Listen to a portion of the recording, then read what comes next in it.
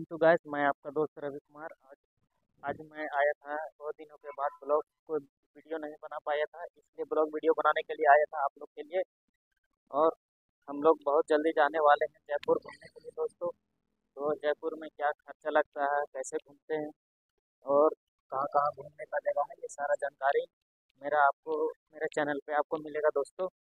तो so guys, please आप लोग का सपोर्ट का बहुत ज़रूरी है और मेरा चैनल का सपोर्ट जरूर करें दोस्तों। क्योंकि कुछ काम की वजह से हम लोग बिजी थे, इसीलिए कोई ब्लॉग वीडियो नहीं बना पाए और कहीं घूमने भी नहीं जा पाए। तो दोस्तों, कहीं भी जाएंगे घूमने के लिए तो आपको मेरा वीडियो जरूर मिलेगा और मैं कोशिश करूँगा कि एक एक डेली एक ब्लॉग बनाऊँ, डेली ब्लॉग। आप लोग का सपोर्ट का बहुत ज़रूरी है दोस्तों। तो गैस, प्लीज़ हेल्प कीजिए और मेरे चैनल का सपोर्ट कीजिए, सब्सक्राइब कीजिए दोस्तों। धन्यवाद दोस्तों। जय हिंद।